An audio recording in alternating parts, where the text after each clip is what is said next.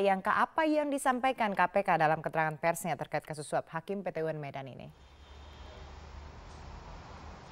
Andini, tadi sekitar pukul 30 baru saja selesai konferensi pers yang dilakukan oleh KPK. Tadi dilakukan oleh Johan Budi, kemudian ada PLT Wakil Ketua KPK Indrianto Seno Aji, dan juga ada PLT dari Deputi Penindakan KPK yaitu Ranumi Harja. Dan tadi adalah konfirmasi terkait penetapan Gatot Pujo-Nugroho dan Evi Susanti dalam kasus suap 3 hakim PT UN Medan. Gatot dan Evi resmi ditetapkan tersangka setelah penyidik melakukan pengembangan perkara dan menaikkan status mereka menjadi tersangka. Gatot Pujo-Nugroho dan Evi Susanti dikenai pasal berlapis, yaitu pasal 6 ayat 1 huruf A, pasal 5 ayat 1 huruf A atau B, pasal 13 Undang-Undang nomor 31 tahun 1999, sebagaimana diubah nomor 20 tahun 2010 Jungto, kemudian pasal 64 ayat 1 dan pasal 55 ayat 1 KUH Pidana terkait tindak pidana korupsi. Tersangka Gatot Pujo-Nugroho dan Evi Susanti ini dikategorikan sebagai pihak yang memberi suap kepada 3 hakim PT UN Kota Medan. Namun tadi dalam konferensi pers, beberapa waktu lalu sempat dilakukan konferensi pers oleh Gatot Pujo-Nugroho dan juga Evi Susanti yang menyatakan uang yang mereka berikan ini untuk fee pengacara, bukan untuk hakim. Namun tadi Johan Budi juga sudah menambahkan itu adalah hak dari Gatot Pujo-Nugroho dan juga Evi untuk memberikan keterangan, namun nanti kebenaran ataupun tidaknya akan dibuktikan di pengadilan. Dan KPK tidak akan berhenti sampai di penetapan 2 tersangka ini saja. Tadi Johan Budi juga sempat menyampaikan KPK masih akan terus menyelidiki pihak-pihak yang terkait, dan nantinya jika ditemukan ada pihak terkait dalam kasus penyuapan 3 hakim PT UN ini, pihak tersebut akan diperiksa dan juga dilakukan tindakan oleh KPK. Gatot Pujo-Nugroho dan Evi ditetapkan sebagai tersangka setelah penyidik menemukan 2 bukti permulaan yang cukup, dan nantinya bukti ini akan diungkap oleh KPK di pengadilan.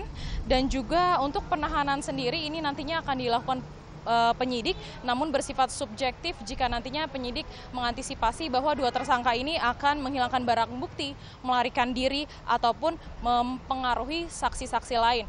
Dan untuk pemeriksaan terhadap tersangka sendiri direncanakan oleh KPK akan dilakukan pada pekan depan. Berikut adalah wawancara kami pada saat konferensi pers tadi dengan Johan Budi.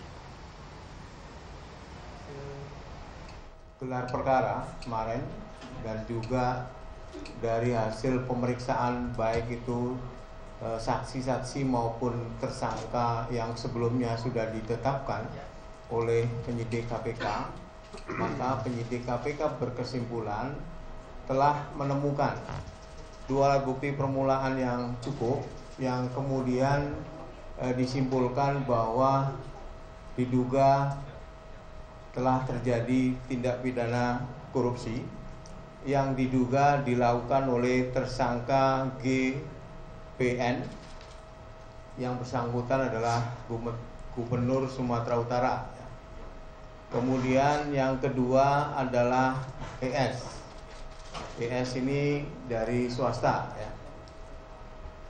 Kedua tersangka diduga melanggar pasal 6 ayat 1 huruf A dan pasal 5 ayat 1 huruf A atau B dan atau pasal 13 Undang-Undang nomor 31 tahun 99 sebagaimana diubah dengan Undang-Undang nomor 20 tahun 2001 tentang pemberantasan tindak pidana korupsi, junto pasal 55 ayat 1 ke 1, junto pasal 64 ayat 1 KUH Pidana.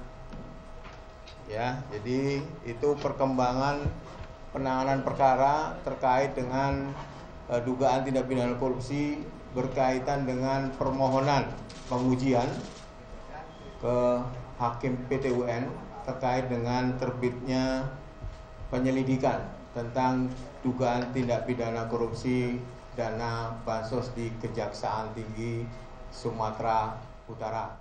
Yang pertama yang harus segera kita lakukan adalah melakukan pemeriksaan kepada yang bersangkutan ya, sebagai tersangka. Nah, apabila nanti menurut subjektivitas penyidik seorang tersangka perlu dilakukan penahanan, maka akan dilakukan penahanan. Tapi sampai hari ini baik GPN maupun ES belum diperiksa sebagai tersangka. Kemungkinan pekan ini ya. Kalau nggak salah pekan ini, kalau nggak pekan ini ya pekan depan lah. Diperiksa sebagai tersangka ya. Demikian Andini, kembali ke Anda di studio.